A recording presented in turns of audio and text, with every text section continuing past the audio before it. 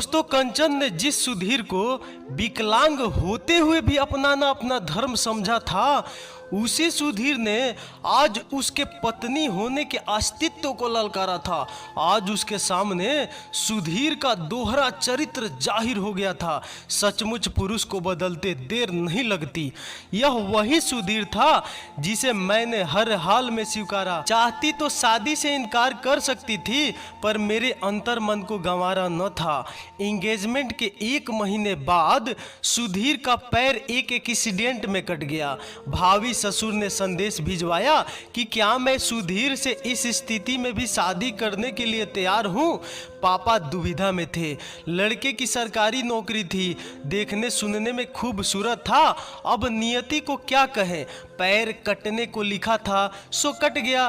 फिर भी मुझ पर उन्होंने जोर नहीं डाला। मुझे अपने तरीके से फैसले लेने की छूट दे रखी थी। दुविधा में तो मैं भी थी जिससे मेरी शादी होनी थी। कल तक तो वह ठीक था, आज उसमें ऐब आ गया तो क्या उसका साथ छोड़ना उचित होगा। कल मुझ में भी शादी के बाद कोई ऐब आ जाए और सुधीर मुझे छोड़ दे, तब मैं दुविधा से उबरी और मन को पक्का कर सुधीर से शादी करने के लिए हाँ कर दी। शादी के कुछ साल आराम से कटे। सुधीर ने कृत्रिम पैर लगवा लिया था। इस तरह वह कहीं भी आने जाने में समर्थ हो गया। मुझे अच्छा लगा कि चलो सुधीर के मन से हीन भावना निकल जाएगी कि वह अक्षम है। 5 साल गुजर गए। काफी इलाज के बाद भी मैं मां न बन सकी तो मैं गहरे अवसाद में डूब गई। कहने को भले ही सुधीर ने कह दिया कि उसे बाप न बन पाने का जरा भी मलाल नहीं है, लेकिन मैंने उसके चेहरे पर उस पीड़ा का एहसास किया जो बातों बातों में अक्सर उभर कर सामने आ जाती। एक दिन मुझसे रहा नहीं गया। कह बैठी, अगर ऐतराज न हो तो मैं एक सलाह दूं क्या, क्यों न हम एक बच्चा गोद ले ले। यह सुनकर सुधीर उखड़ गया। मुझे अपना बच्चा ही चाहिए, वह शायद ही संभव हो, मैंने दबी जबान में कहा। बिना कोई जवाब दिए सुधीर वहां से चला गया। मेरा मन तिक्त हो गया। यह भी कोई तरीका है अपना नजरिया रखने का। सुधीर की यही बात मुझे अच्छी नहीं लगती कि मिल बैठकर कोई सार्थक हल निकलने की जगह वह दकियानूसी व्यवस्था से चिपके रहना चाहता था। मैंने महसूस किया कि सुधीर में पहले वाली बात नहीं रही। वह मुझसे कम ही बोलता, देर रात टीवी देखता या फिर रात देर से घर लौटता। मैं पूछती तो यही कहता, अकेला घर काटने को दौड़ता है। अकेले कहाँ हो तुम, क्या मैं तुम्हारे लिए कुछ नहीं रही। सुधीर टाल जाता, मेरी त्योरियां चढ़ जाती। तुम्हें शर्म नहीं आती जो पत्नी को अकेला छोड़कर देर रात घर आते हो। शर्म तुम्हें आनी चाहिए जो मुझे वंश चलाने के लिए एक बच्चा भी न दे सकी। सुनकर मैं रुआंसी हो गई। एक औरत सिर्फ बच्चा जनने के लिए ब्याह कर लाई जाती है, क्या वह सिर्फ जरूरत की वस्तु होती है। जरूरतों की कसौटी पर खरी उतरी तो ठीक है, नहीं तो फेर लिया मुंह। बहरहाल अपने आंसुओं पर मैंने नियंत्रण रखा और कोशिश की कि अपनी कमजोरियों को न जाहिर होने दूं।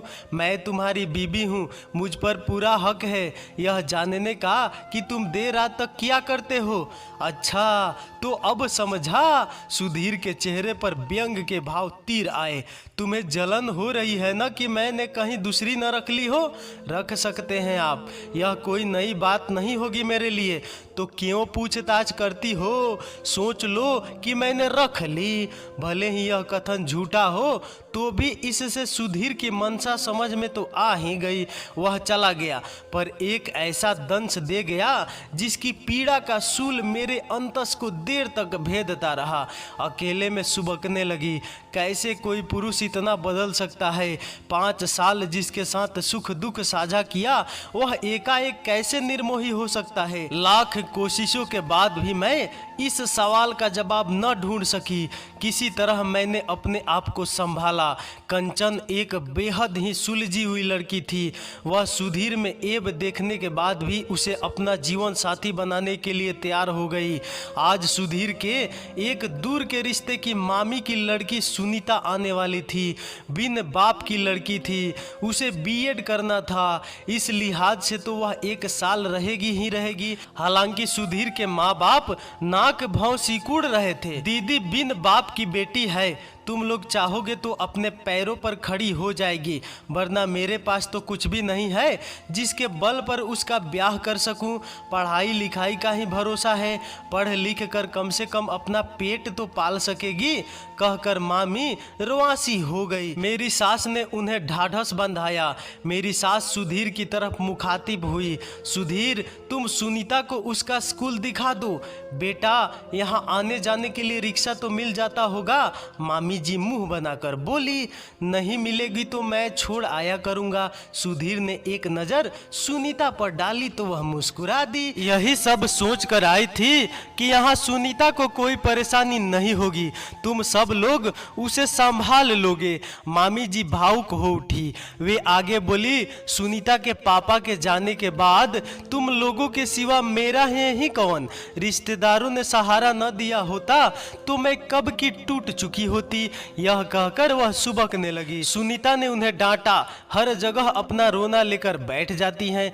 क्या करूं, मैं अपने आप को रोक नहीं पाती। आज तेरे पापा जिंदा होते तो मुझे इतनी भाग दौड़ न करनी होती। आप कोई गैर थोड़े ही हैं जीजी, हम सब सुनीता का वैसा ही ख्याल रखेंगे जैसे आप उसका घर पर रखती है। मेरी सास ने तसल्ली दी। वे आंसू पोंछने लगी। 2 दिन रहकर मामी जी बरेली चली गई। सुधीर ने सुनीता को उसका कॉलेज दिखलाया और दाखिला करवा दिया। उसकी ज़रूरतों का सामान खरीदा। निश्चय ही रुपये सुधीर ने खर्च किए होंगे, मुझे कोई ऐतराज न था, मगर इस बहाने वह सुनीता का कुछ ज़्यादा ही ख्याल रखने लगा। उसके खाने पीने से लेकर छोटी छोटी ज़रूरतों के लिए भी वह हमेशा मोटरसाइकिल स्टार्ट किए रहता। पत्नी से ज़्यादा गैर को तवज्जो देना मेरे लिए असहनीय था। मेरी सास भी उसी की होकर रह गई थी। न जाने माँ बेटे के बीच क्या चल रहा था। एक दिन मुझसे रहा नहीं गया तो मैं बोल पड़ी, सुनीता, क्या मुझसे ज़्यादा अहमियत रखने लगी है तुम्हारे लिए? तुम अच्छी तरह जानती हो कि वह बिन माँ बाप की बेटी है। सुधीर बोला, तो क्या बाप की भूमिका निभा रहे हो? मैंने व्यंग किया। तमीज से बात करो। वह उखड़ गया। चिल्लाओ मत। मैंने भी अपना स्वर ऊंचा कर लिया। वह संभल गया। आहिस्ता बोलो। अब आए रास्ते पर यह मत समझना कि तुम कुछ भी करोगे और मैं चुपचाप तमाशा देखती रहूंगी। क्या किया है मैंने? अपने दिल से पूछो। वह अनजान बनने की कोशिश करने लगा। मासूम बनकर सुनीता को बरगलाओ, मुझे नहीं। मैं पुरुषों की नस नस से वाकिफ हूँ। पिछले 1 हफ्ते से नैपकिन लाने के लिए कह रही हूँ, लाए? मैं भूल गया था। आजकल तो सिर्फ सुनीता की ज़रूरतों के अलावा कुछ याद नहीं रहता है तुमको। बार बार उसका नाम मत लो, वरना। सुधीर ने दांत पीसे। बात बढ़ती देख वह कमरे से बाहर निकल गया। कायर पुरुषों की यही पहचान होती है, वे मुंह छिपाकर भागने में ही भलाई समझते हैं। सुधीर अपनी माँ के कमरे में आया। बहुत बदतमीज है, मेरी सास बोली। 4 दिन के लिए आई है, उसे भी चैन से रहने नहीं देती। वह क्या सोचेगी? सिर पर हाथ रखकर वे बैठ गई। न जाने क्या सोचकर वे थोड़ी देर बाद मेरे कमरे में आई। क्यों बहू, तुम्हारे संस्कार यही सिखाते हैं कि अतिथियों के साथ बुरा सलूक करो? आपका बेटा अपनी पत्नी के साथ क्या कर रहा है, क्या आपने जानने की कोशिश की? क्या कर रहा है? पापा की तबीयत ठीक नहीं थी, भैया ने बुलाया तो मायके जाना पड़ा। एक बार सोचा अपनी पीड़ा कहकर मन हल्का कर लूं, पर हिम्मत न पड़ी। पापा तनावग्रस्त होंगे। क्या नहीं कर रहा है? कुछ भी तो नहीं छिपा है आपसे। सुनीता को सिर माथे पर बिठाया जा रहा है, वहीं मेरी तरफ ताकने तक की फुर्सत नहीं है किसी के पास। यह तुम्हारा वहम है। हकीकत है माँ जी, हकीकत ही सही, इसके लिए तुम जिम्मेदार हो। सुनीता को मैं यहाँ लाई, बेवजह उसे बीच में मत घसीटो। तुम अच्छी तरह जानती हो कि पति पत्नी के बीच रिश्तों की डोर औलाद से मजबूत होती है। तो क्या यह संभावना सुनीता में देखी जा रही है? सास बोली, बेशर्मी कोई तुमसे सीखे। बेशर्म तो आप है जो अपने बेटे को सह दे रही है। मैं भी कुछ छिपाने के मूड में नहीं थी। ऐसा ही सही, तुम्हें रहना हो तो रहो। सास बोली, रहूंगी तो मैं यहीं।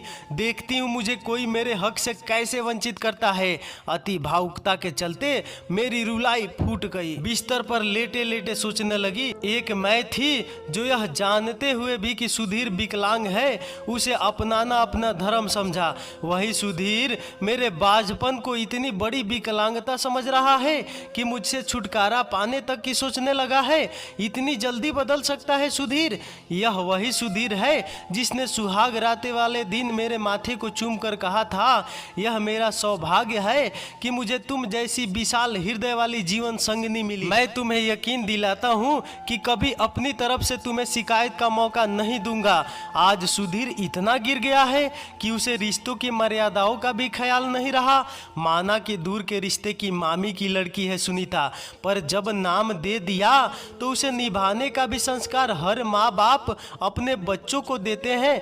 पता नहीं मेरी सास को क्या हो गया है कि सब जानते हुए भी अनजान बनी है। पापा की तबीयत ठीक नहीं थी, भैया ने बुलाया तो मायके जाने पड़ा। एक बार सोचा अपनी पीड़ा कहकर मन हल्का कर लूं, पर हिम्मत न पड़ी। पापा तनावग्रस्त होंगे, पर भाभी की नज़रों से मेरी पीड़ा छिप न सकी। वे एकांत पाकर मुझसे पूछ बैठी। पहले तो मैंने टाल मटोल किया, आखिर कब तक। मेरी हकीकत मेरे आंसुओं ने बेपर्दा कर दी। रात भैया से उन्होंने खुलासा किया। वे क्रोध से भर गए। उनका क्रोध करना वाजिब था। कोई भाई अपनी बहन का दुख नहीं दे सकता था। रात ही वे मेरे कमरे में आने वाले थे, पर भाभी ने मना कर दिया। सुबह नाश्ते में उन्होंने सुधीर का जिक्र छेड़ा। तू अब उसके पास नहीं जाएगी। फोन लगा, मैं उस बेहुद्दे से अभी बात करता हूँ। मैंने किसी तरह उन्हें मनाया। 1 महीना रहकर मैं जब वापस भरे मन से ससुराल जाने लगी तो भाभी मुझे सीने से लगाते हुए बोली, दीदी चिंता की कोई ज़रूरत नहीं, आपके लिए इस घर के दरवाजे हमेशा के लिए खुले हैं। भाभी को माँ का दर्जा यूं ही नहीं दिया गया है। मैं खुद नहीं खाऊंगी, पर आपको भूखा न रखूंगी, यह मेरा वादा है। नहीं पटे तो निसंकोच चले आइएगा। मैं कोशिश करूंगी भाभी कि मैं उसे सही रास्ते पर ले आऊं। भरे कंठ से मैं बोली। ससुराल में आकर जो दृश्य मैंने देखा तो मेरे पैरों तले जमीन खिसक गई। सुनीता की मांग में सिंदूर भरा था तो क्या सुधीर ने सुनीता से शादी कर ली? सोचकर मैं सिहर गई। मैं तेजी से चलकर अपने कमरे में आई। देखा सुधीर लेटा हुआ था। उसे झकझोर कर उठाया। यह मैं क्या देख रही हूँ? सुनीता की शादी कब हुई? कौन है उसका पति? पहले तो सुधीर ने नजरें चुराने की कोशिश की, पर ज्यादा देर तक हकीकत पर पर्दा न डाल सका। बेशर्म की तरह बोला, तुम जो समझ रही हो वह सच है। सुनीता से तुमने शादी कर ली? हाँ। मेरे रहते हुए तुम्हारी हिम्मत कैसे हुई? तुम इस चाहे जिस रूप में लो, पर यह अच्छी तरह जानती हो कि मुझे अपना बच्चा चाहिए। मेरी सहमति लेना तुमने मुनासिब नहीं समझा। क्या तुम देती? हो सकता था मैं दे देती। सुनकर सुधीर खुश हो गया। मुझे तुमसे यही उम्मीद थी, कहकर जैसे ही सुधीर ने मेरे करीब आ मुझे अपनी बाहों में भरकर प्यार जताने का नाटक दिखाना चाहा, मैंने उसे झटक दिया। मेरे क्रोध की सीमा न रही। मुझसे न रोते बन रहा था न हंसते। किसी तरह खुद को संभाला। अब जो हुआ उसे बदला तो नहीं जा सकता था। वैसे भी हमेशा पुरुषों की चली है, लिहाजा मैंने परिस्थिति से समझौता करना मुनासिब समझा। फिर भी सुधीर को औकात बताने से न चूकी। सुधीर, तुम अच्छी तरह जानते हो कि बांझ शब्द एक स्त्री के लिए गाली से कम नहीं होता, फिर उस स्त्री के लिए तो और ज्यादा जो इस कलंक के साथ अभिशापित जीवन जीने के लिए मजबूर हो। मुझे दुख इस बात का नहीं है कि तुमने सुनीता से शादी की, दुख इस बात का है कि तुमने मेरी पीठ में छुरा भोंका, मेरे विश्वास का कत्ल किया। यही काम तुम मुझे विश्वास में लेकर कर सकते थे। सुधीर, अगर तुम्हारी विकलांगता को खामी समझकर मैंने तुमसे शादी से इनकार कर दिया होता तो तुम मुझे किस रूप में लेते? सुधीर ने कोई जवाब नहीं दिया। मुझे लगा मैंने व्यर्थ का सवाल उठा दिया। जिसका चरित्र दोगला हो वह भला यह सब सोच विचार क्यों करेगा? खैर, यह समाचार मेरे मायके तक पहुंचा। भैया मेरी ससुराल आते ही गरजे, कहाँ है सुधीर? मैं उसे बर्बाद करके छोड़ूंगा। सरकारी कर्मचारी होकर भी उसकी हिम्मत कैसे हुई दूसरी शादी करने की? मैंने भैया को किसी तरह तरह शांत करने की कोशिश की। मैं चुप रहने वाला नहीं, पुलिस में रिपोर्ट करूंगा, इसके अफसरों से शिकायत करूंगा। दर दर की ठोकर न खिलवाई तो मेरा नाम नहीं। सुधीर चुपके से निकलकर बाहर चला गया।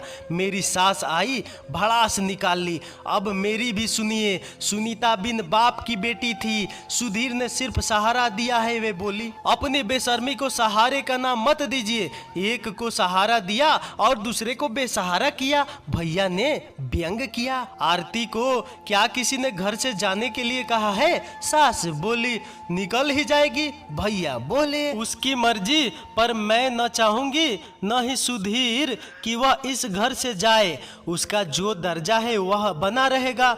मुझे बहलाने की कोशिश मत कीजिए। भैया मेरी तरफ मुखातिब हुए। आरती, तुम सामान बांधो, अब मैं तुम्हें यहाँ एक पल भी न रहने दूंगा। नहीं भैया, मैं ससुराल छोड़ने वाली नहीं। आज भी हमारा समाज किसी ब्याहता को मायके में स्वीकार नहीं करता। मैं कहते कहते भावुक हो गई। मैं ससुराल की चौखट पर ही दम तोड़ना पसंद करूंगी, मगर मायके नहीं जाऊंगी। भैया की भी आंखें भर आई। रूढ़िवादी समाज से क्या लड़ना आसान है। गोत्र के नाम पर पति पत्नी को भाई बहन बता दिया जाता है। ऐसे जड़ समाज से परिवर्तन की उम्मीद करना रेगिस्तान में पानी तलाशने जैसा है। भैया की चरण धूली लेते समय मैंने उन्हें वचन दिया कि मैं कमजोर औरत नहीं हूँ, अपने अस्तित्व के लिए कमजोर नहीं पड़ूंगी। फिर भी उन्होंने मुझे इसके लिए आश्वस्त किया कि जब चाहोगी तुम्हारे लिए मायके के दरवाजा हमेशा के लिए खुले रहेंगे। भैया के जाने के 2 घंटे बाद सुधीर आया। आते ही हेकड़ी दिखाने लगा। मैंने भी जता दिया कि वह अपनी औकात में रहे। सुधीर ने मुझे अलग रहने के लिए एक फ्लैट खरीद दिया। पहले तो मैंने सोचा कि यहीं रहकर अपने हक के लिए लड़ती रहूंगी। कभी उसके खिलाफ कोर्ट में भी जाने की इच्छा हुई, पर यह सोचकर कदम पीछे कर लेती कि उससे फायदा क्या होगा। बहुत हुआ, उसकी नौकरी जाएगी, जेल जाएगा। वह हर महीने मुझे इतने रुपए दे जाता था कि मेरा खर्च आसानी से चल जाता। सुनीता पर दया आती सो अलग, उसे मेरी सास और सुधीर ने बरगलाया। बहरहाल जो हुआ उसे मैंने नियति का चक्र मानकर स्वीकार कर लिया। मैंने समय काटने के लिए एक स्कूल में नौकरी कर ली। समय धीरे धीरे सरकने लगा। सुधीर से मेरा संबंध सिर्फ महीने के खर्च लेने के अलावा कुछ नहीं रहा। सुनीता के मोह पास में बंधे सुधीर को मेरी कोई फिक्र न थी, न ही मुझे ऐसे आदमी से कोई ताल्लुक रखना था। एक दिन उसने बड़े भरे मन में खुलासा किया, मेरे जीवन में बाप बनना ही नहीं लिखा है। जिस स्वर में उसने कहा, मुझे उससे सहानुभूति हो गई। जो भी हो वह मेरा पति है। चाहती तो व्यंग बाण से उसका हृदय छलनी कर सकती थी, पर पीछे लौटकर मैं अपने ही जख्मों को कुदेरना नहीं चाहती थी। मेरे जीवन में नियति ने जो कुछ दिया वह मिला। अब मैं क्यों बेवजह किसी को कोसूं।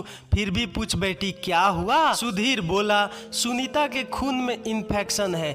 डॉक्टर का कहना है कि अगर वह माँ बनेगी तो निश्चय ही उसे विकलांग बच्चा पैदा होगा। सुनकर मुझे अफसोस हुआ। सुधीर से ज्यादा दुख सुनीता के लिए हुआ। उस बेचारी का जीवन खराब हुआ। सुधीर ने दो जिंदगियां बर्बाद की। काश वह मेरी बात मानकर किसी अनाथ बच्चे को गोद ले लेता तो हमें बुढ़ापे का सहारा मिल जाता और उस बच्चे का जीवन सुधर जाता। क्षणांश से चुप्पी के बाद सुधीर आगे बोला, आरती, किस मुंह से कहूँ? कहने के लिए बच्चा ही क्या है। मैं संशय में पड़ गई। सुधीर आखिर कहना क्या चाहता है? सुधीर के दोहरे चरित्र से तो मैं वाकिफ हो चुकी थी, इसलिए सजग थी। मैंने ज़्यादा जोर नहीं डाला। आखिरकार उसे ही कहना पड़ा, क्या हम फिर से एक साथ नहीं रह सकते? सुनते ही मेरा पारा 7वें आसमान पर चला गया। जी में आया कि अभी धक्के मार कर बाहर निकाल दूं। मेरा अनुमान सही निकला। सुधीर का दोहरा चरित्र एक बार फिर से जाहिर हो गया। किसी तरह अपनी भावनाओं पर काबू करते हुए मैंने उससे सवाल किया, इस हमदर्दी की वजह? सुधीर बोला, हमदर्दी नहीं, हक। यह सुधीर की बेशर्मी की पराकाष्ठा थी। स्त्री व पुरुष के मूल स्वभाव में यही तो फर्क होता है। तभी तो सारे व्रत जैसे करवा चौथ, तीज सिर्फ औरतों से करवाए जाते रहे। हमारे धर्म के ठेकेदारों ने पुरुषों को खुला साड़ बना बना दिया। वहीं औरतों की ममता को हजार बंधनों में बांधकर उन्हें पंगु कर दिया।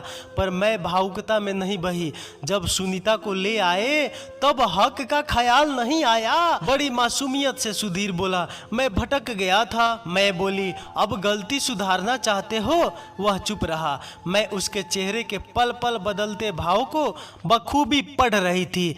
व्यर्थ बहस में पढ़ने से अच्छा मुझे सब कुछ जानना उचित लगा। वह बोला, मैं चाहता हूँ कि तुम टेस्ट ट्यूब तकनीक से माँ बन जाओ। यह सुनकर मुझे हंसी सूझी, साथ में रंज भी हुआ। वह हतप्रभ मुझे देखने लगा। मैंने कहा, तीसरी शादी कर लो, मेरी राय में यही ठीक रहेगा। सुधीर बोला, आरती मुझे माफ कर दो, मैंने तुम्हारे साथ बहुत नाइंसाफी की है। मैंने कहा, माफ कर दिया? वो बोला, तो क्या तुम? अब उसका चेहरा खिल गया। जैसा तुम सोच रहे हो वैसा कुछ नहीं होने वाला। अच्छा होगा तुम मुझे मेरे हाल पर छोड़ दो। तमाम कोशिशों के बाद भी जब उसकी दाल नहीं गली तो भरे कदमों से चलकर फाटक की तरफ बढ़ा। मुझसे रहा नहीं गया, अपने मन की बात कह दी। सुधीर, सौतन लाकर तुमने पत्नी के अस्तित्व को गाली दी है। तुम्हारे बाप बनने की हसरत कभी पूरी नहीं होगी। उसके जाते ही बिस्तर पर पड़कर मैं फूट फूट कर रोने लगी। तो दोस्तों, ये कहानी आपको कैसी लगी? देखा ना मर्द कैसे होते हैं। तो दोस्तों, अगर कहानी अच्छी लगी तो एक लाइक जरूर कर दीजिए और दोस्तों में शेयर भी कर दीजिए। तो चलिए अगले वीडियो मिलते हैं, तब तक नमस्कार, धन्यवाद, बाय बाय, लव यू।